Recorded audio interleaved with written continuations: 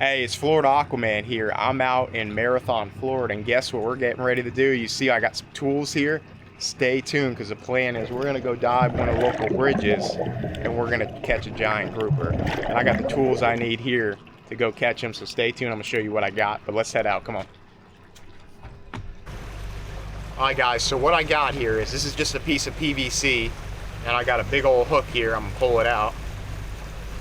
And it's a 100-pound test mono, and I got it wrapped around this PVC, and this is going to kind of be my handle, like basically like your water skiing, and we're just going to hang on and go for a ride. So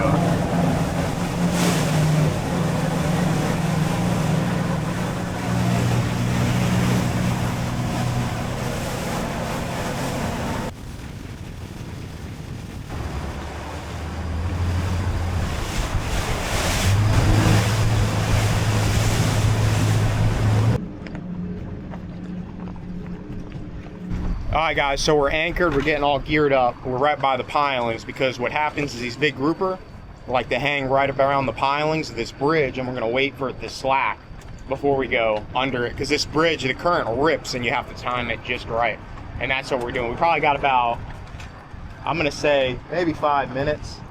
I kind of look at the seaweed and see what it's doing with the tide, and then I kind of know from experience when to hop in. And then I got Frankie helping me out. All right? Yes, sir. He was crazy enough to do this with me, so we're getting them all geared up, getting everything all set. You can see the viz is pretty much top to bottom. It's hard to tell because of the waves. It's a little windy today, you can see, but beautiful day.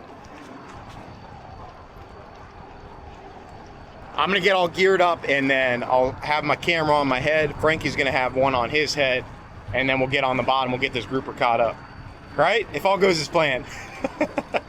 And we're gonna catch some lobster too while we're down there. So, I'll see you guys in a little bit. I'm gonna get geared up.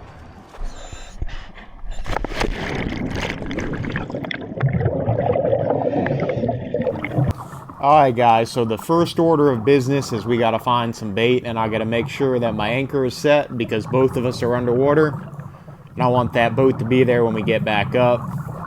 So on the way to the anchor, you can see I found a nice lobster, and this is gonna make perfect bait for these big grouper, because they love eating lobster, and that's what they sit under the bridge. They just eat everything that goes by. So you can see I'm just reaching my hand in the hole, because I didn't bring a net today because I didn't want to have a lot of stuff in my hand. You can see Frankie's got the bag, he's got the gauge, all the stuff that you're required to get. And I would just like to point out that when these lobster are harvested, you are allowed to use them for bait as long as they're legal size. All these lobster were measured, they were all legal. So you can't, you know, catch a short and use that for bait, because that would obviously not be legal. So just to clarify that. So we caught a couple lobsters, got some bait, and we're gonna go take a look at the bridge, see if all the grouper are hanging out there. And on the way over there, you know, Frankie wanted to catch a couple more lobsters, so you can see he's using the tickle stick and net method, just tickling them out, catching a nice little keeper lobster. You can see we had really nice conditions this day, incoming tide. You can see the shadow of the bridge line that I'm going down. And all I'm doing is I'm kind of looking around the pilings to see if I can find the grouper, and I did. I found them. Because you'd be surprised. Some days you'll be looking for them and they're not there, and some days they are, because they like to hang on in certain areas of the bridge. And you can see they are ready to go. They're hungry. They know what the deal is.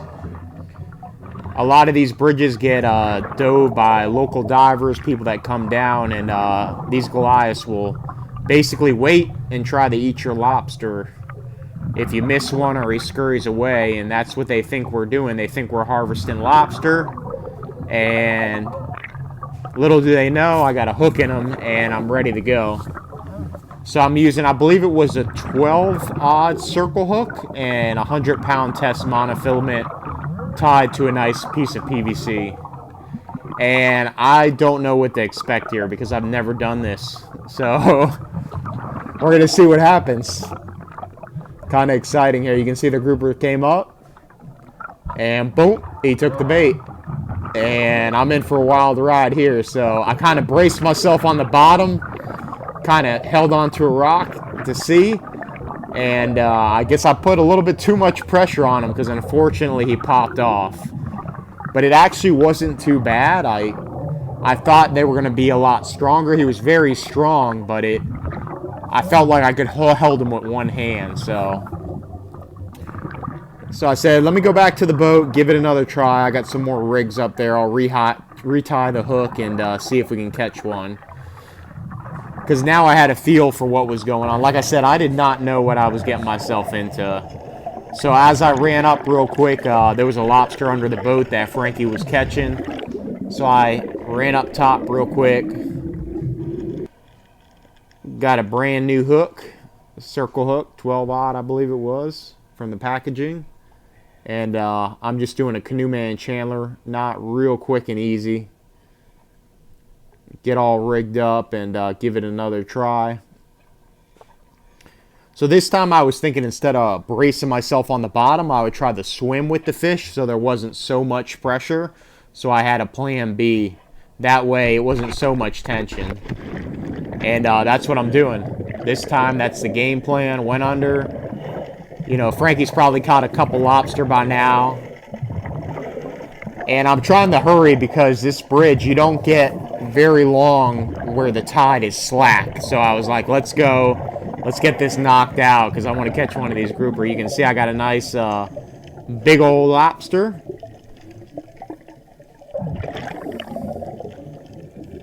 Just hooking him through the tail. This lobster was already harvested, so he's legal size and everything, so you can use him as bait.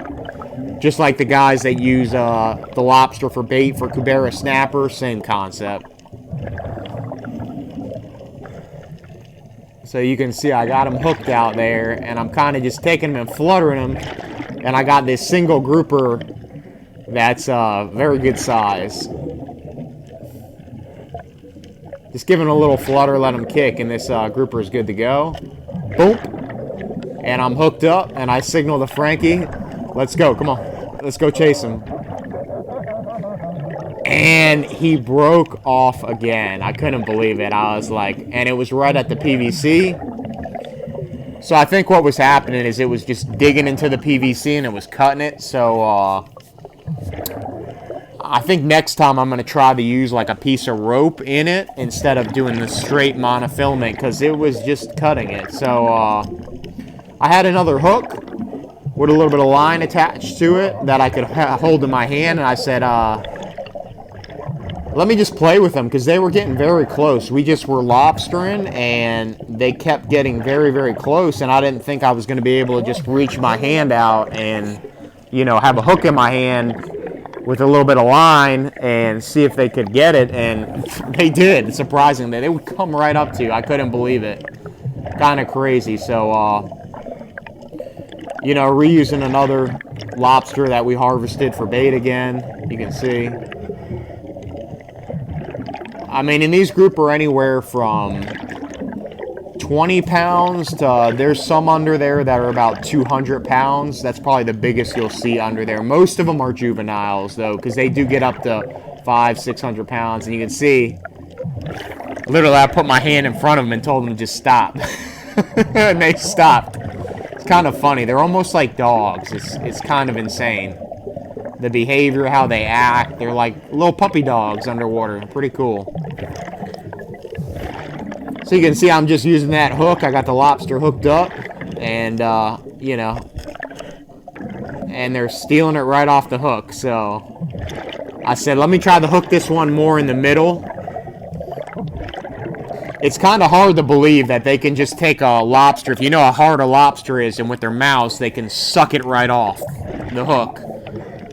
Those mouths of those groupers have so much suction force, you don't want to take your hand out and stick it out because it might suck your hand in. So,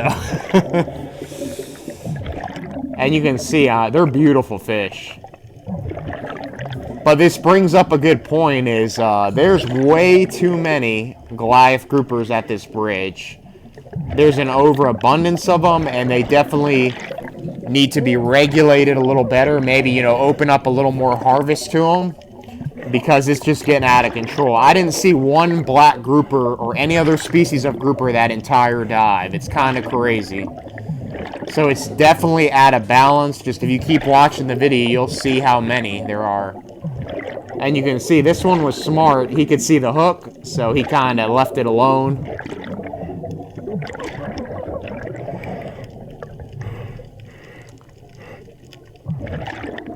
Just giving him a little entice here.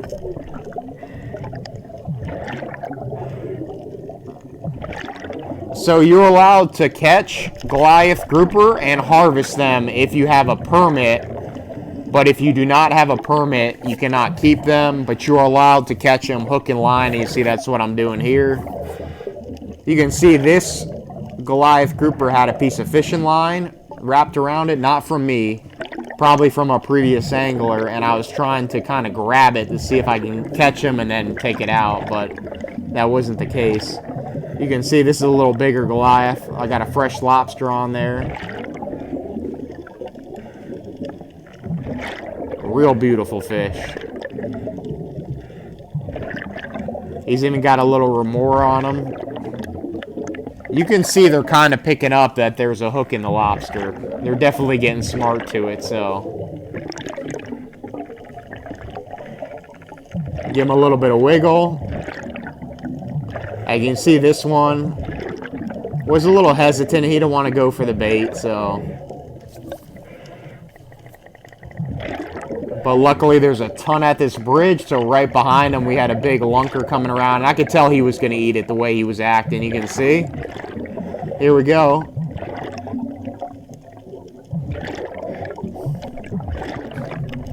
And he took the bait, and I went for a ride. So. And I lost my hook. So, unfortunately, I didn't think he was going to shoot straight up. I was trying to keep him on the bottom, but... And then I could have, you know, caught him, but he just shot straight up towards the surface. And I'm on scuba. It's not good to shoot straight up when you're breathing, you know, compressed air. You can have a lot of issues that can happen. So, it kind of just ripped out of my hand. And I tell you, it was a ride. You wouldn't believe how powerful those fish are. It's unbelievable. So I'm kind of looking around the bridge, see if I can find my hook back. That hook doesn't have a barb in it, so he'll shake it out of its mouth. It's not going to stay in there. I mean, and this just kind of shows you how many grouper there are. Some really nice tarpon, too. A lot of fish under this bridge. And there's that one that had the line on it. That wasn't our line. That was a separate fishing line. But you can see I was trying to grab it with my hand, but he wouldn't let me get close to him. See the size comparison of the grouper. Trying my best to catch one on this dive, but unfortunately it just kind of didn't work out. So we went back to catching lobster. I kind of came up, took a peek to see where the boat was because the tide switched. What I like to do is I always go up the pilings because you don't have to worry about boats, you know. I wouldn't come up between a piling because it's just not safe to do.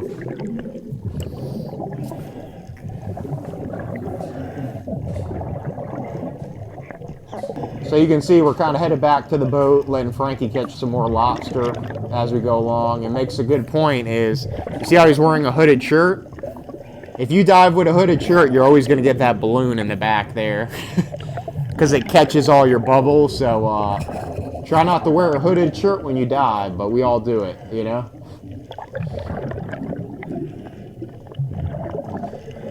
So you can see he's catching some more lobsters around the pilings. Because we don't have any more hooks to catch any more grouper, so... And that's it. That concludes our dive, and I'll meet you guys back at the boat. What'd you think when he took me for a ride? I got a little scared. That was fun. That was a blast. So when I grabbed onto him, he went straight to the surface. I wish he would have stayed on the bottom. I would have hung on. But him going up, I was scared the sharks were going to come. Like, and he was going to be dangling, you know? Yeah. I wish he would have stayed on the bottom, though. That would have been cool. But that's fine. I think we're going to try again tomorrow. We'll see. We'll see if we can get another big one. But I had a blast. But like I said, I hope you guys enjoyed this video. If you guys did, we're going to have more stuff like this in the future. We got a little more time down here in the Keys, so Comment, like, subscribe, hype it up. Let me know what you guys thought. I had a blast, and like always, this is Florida Aquaman. I'm out till next time.